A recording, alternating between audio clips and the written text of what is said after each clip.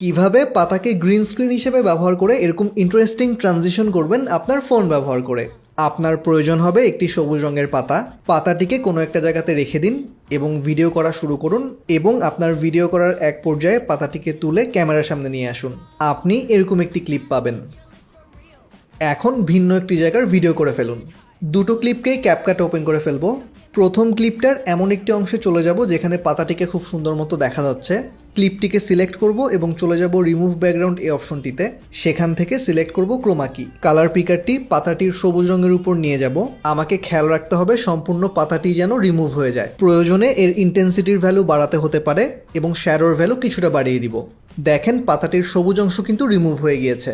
এখন ক্লিপটিকে সিলেক্ট করে প্রেস করব ওভারলে। ক্লিপটি সেকেন্ড লেয়ারে উঠে আসবে এবং এর ফলে সেকেন্ড ক্লিপটি এর নিচে চলে আসবে।